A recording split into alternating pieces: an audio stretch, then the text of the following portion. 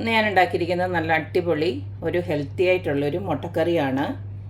തേങ്ങാപ്പാലോ കശുവണ്ടിയോ ഒന്നും ചേർക്കണ്ട, നല്ല കൊഴുപ്പോട് കൂടിയുള്ള നല്ല ഒരു ഹെൽത്തി മുട്ടക്കറിയാണിത്.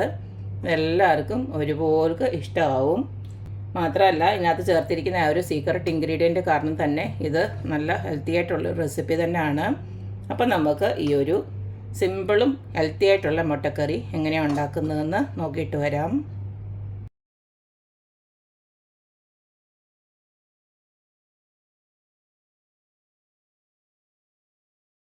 നമ്മുടെ ഹെൽത്തി ആയിട്ടുള്ള മുട്ടക്കറി ഉണ്ടാക്കുന്നതിന് വേണ്ടിയിട്ട് ഞാൻ 4 മുട്ട പുഴുങ്ങി നന്നായിട്ടൊന്ന് വരഞ്ഞ് വെച്ചിട്ടുണ്ട്. ഇനി ഇതിലേക്ക് വേണ്ടുന്നത് ഒരു 4 സവാള, വലിയ സവാളയാണ് എടുത്തത്. സത്യം പറഞ്ഞാൽ ഇത് 4 മുട്ടയ്ക്കുള്ളതല്ല, കുറച്ചും കൂടെ ഗ്രേവി ഉണ്ട്. കാരണം മുട്ട പുഴുങ്ങിയിട്ട് റീയൂസ് ചെയ്യുന്ന നല്ലതല്ലല്ലോ. അതുകൊണ്ട് ഞങ്ങൾ കുറവുണ്ടായതുകൊണ്ട് തന്നെ ഞാൻ 4 മുട്ട പുഴുങ്ങിയെന്നേ ഉള്ളൂ.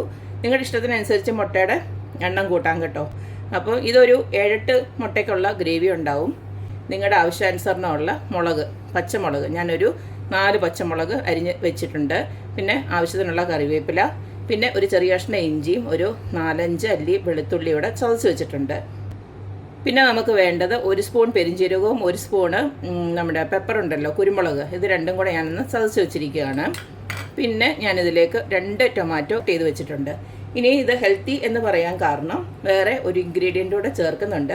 ആദ്യം നമുക്കിതൊന്ന് വഴറ്റാനൊക്കെ ഇട്ടതിന് ശേഷം ഞാനത് പറഞ്ഞുതരാം.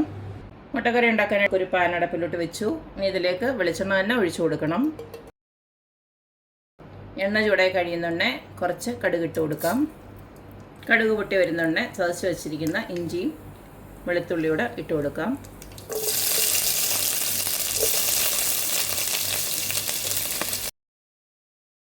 ഇഞ്ചിയും വെളുത്തുള്ളിയൊക്കെ ഒന്ന് മൂത്ത് വരുന്നുണ്ടേ നമ്മൾ അരിഞ്ഞു വെച്ചിരിക്കുന്ന ബാക്കിയുള്ളതെല്ലാം കൂടെ ഇട്ട് കൊടുക്കാം.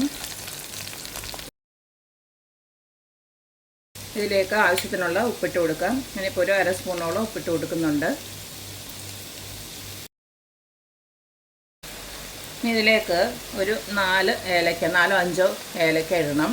ചെറിയ കഷ്ണം പട്ട ഞാനൊന്ന് 3ആയിട്ട് മുറിച്ചിട്ടിട്ടുണ്ട്. 4-5 ഗ്രാമ്പു, ഇതെല്ലാം കൂടി ഇട്ട് കൊടുത്ത് ഒന്നും കൂടെ ഒന്ന് ഇളക്കിയെടുക്കുക.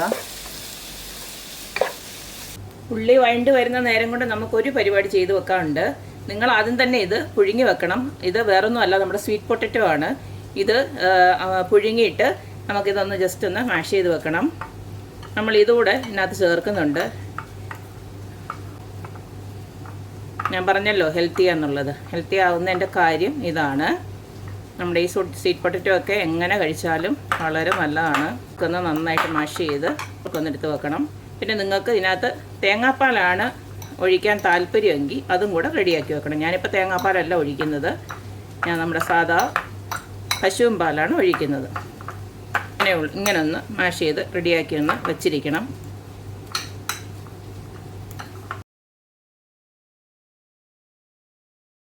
അപ്പോൾ ഉള്ളിയൊക്കെ വാടി വരുമ്പോൾ നമ്മൾ ക്രഷ് ചെയ്ത് വെച്ചിരിക്കുന്ന പെരിഞ്ജീരകവും കുരുമുളക് കൂടെ അങ്ങോട്ട് ഇട്ട് കൊടുക്കാം.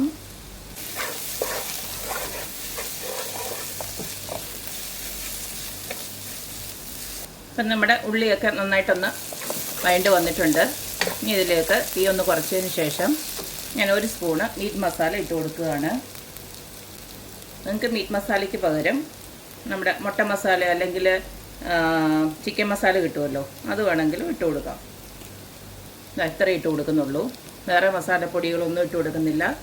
പിന്നെ കുറച്ച് നമ്മുടെ മഞ്ഞൾപ്പൊടിയോടെ ഇട്ട് കൊടുക്കുന്നുണ്ട്. ഇനി ഇതിലേക്ക് ഒരു 1/2 സ്പൂണ് മഞ്ഞൾപ്പൊടിയോടെ ഇട്ട് കൊടുക്കുന്നുണ്ട്. നിങ്ങളുടെ കയ്യിൽ മീറ്റ് മസാലയോ ചിക്കൻ മസാലയോ ഒന്നും ഇല്ലെങ്കിൽ സാധാ നമ്മുടെ ഗരം മസാല ഇട്ട് കൊടുത്താലും ഒരു കുഴപ്പമില്ല, അങ്ങനെ വേണമെങ്കിലും ചെയ്യാം.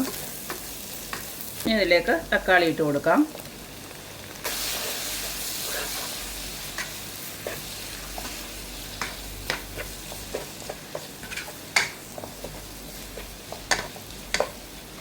ഇനി നമുക്ക് അടച്ചു വെച്ച് ഈ തക്കാളി വേകുന്നിടം വരെ ഒന്ന് വെയിറ്റ് ചെയ്യാം. ചെറിയ തീയിൽ ഇട്ട് കൊടുത്താൽ മതി.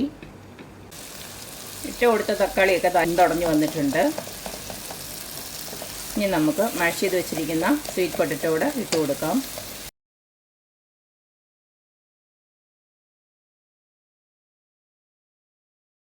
ഇനി ഇതിലേക്ക് നമുക്ക് കുറച്ച് ചൂടുവെള്ളം ഞാനൊന്ന് ഒഴിച്ചു കൊടുക്കുകയാണ്. ബാക്കി നമുക്ക് പാലൊഴിച്ചു കൊടുക്കാം. ഇപ്പോൾ ഒരു 1/2 ഗ്ലാസ് വെള്ളമാണ് ഞാൻ ചൂടാക്കി ഒഴിച്ചു കൊടുത്തിരിക്കുന്നത്. ഈ സമയം ഉപ്പും എരിവും ഒക്കെ ഒന്ന് നോക്കണം. പാലൊഴിക്കുമ്പോൾ പിന്നെ ഇത്തിരി കൂടെ ചിലപ്പം ഉപ്പ് ഇട്ട് കൊടുക്കേണ്ടി വരും. ഉപ്പ് ഇത്തിരി കുറവാണ്, ഞാനൊരു 1/2 സ്പൂൺ കൂടെ ഇട്ട് കൊടുക്കുകയാണ്.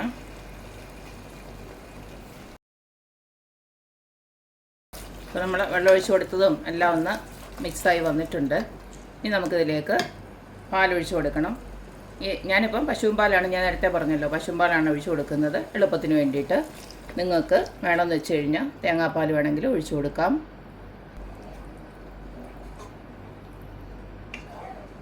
പിന്നെ അതുപോലെ തന്നെ കറിക്ക് ഇത്തിരി കൂടെ നീട്ടം വേണമെങ്കിൽ ഇത്തിരി കൂടെ ഒന്ന് ചൂടുവെള്ളം ഒഴിച്ച് കൊടുത്താൽ മതി. എന്തായാലും ഇത് കുറുകും.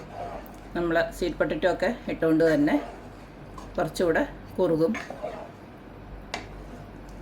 അപ്പോൾ ഇത് ഭയങ്കരമായിട്ട് കുറുകിയിരിക്കുന്നതുകൊണ്ട് തന്നെ ഞാൻ കുറച്ചും കൂടെ ഒന്ന് വെള്ളം ഒഴിച്ച് കൊടുക്കുകയാണ്, ചൂടുവെള്ളം.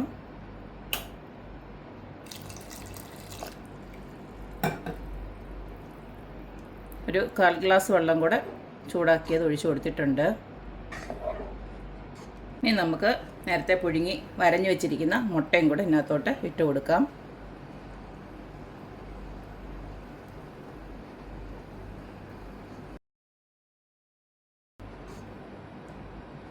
അപ്പോൾ ഇത്രയേ ഉള്ളൂ, നമ്മുടെ സ്വാദിഷ്ടമായിട്ടുള്ള ഹെൽത്തി ആയിട്ടുള്ള മുട്ടക്കറി ഇവിടെ റെഡി ആയിട്ടുണ്ട്. നല്ല രുചിയാണ് കേട്ടോ. ഇതിനകത്ത് ഈ ഒരു സ്വീറ്റ് പൊട്ടറ്റോ ഇട്ടെന്ന് പോലും ആരും അറിയത്തില്ല. എന്നാൽ നമുക്ക് വീട്ടുകാരെ എല്ലാവരെയും സ്വീറ്റ് പൊട്ടറ്റോ കഴിപ്പിക്കുകയും ചെയ്യാം. ഇതൊക്കെ ആകുമ്പോൾ ഇങ്ങനെ മുട്ടക്കറിയുടെ ഒക്കെ കൂടി ഇടുമ്പോൾ എല്ലാവരും ഇഷ്ടത്തോടെ കഴിച്ചോളും. കണ്ടില്ലേ, കൊഴുപ്പുമുണ്ട്. നമ്മൾ ആ സ്വീറ്റ് പൊട്ടറ്റോ ചേർത്തതിൻ്റെ ആയിട്ടുള്ള കൊഴുപ്പുണ്ട്. ഇത് ഒത്തിരി കൂടെ ഒന്ന് കുറുകും.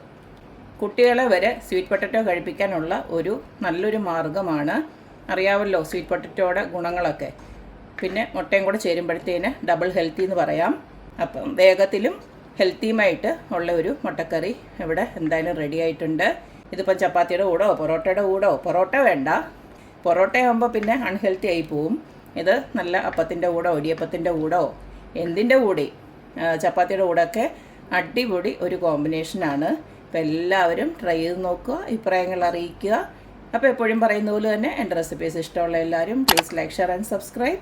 അപ്പോൾ ഇനി ഒരു അടിപൊളി വീഡിയോ ആയിട്ട് വരുന്നവരേക്കും ബൈ.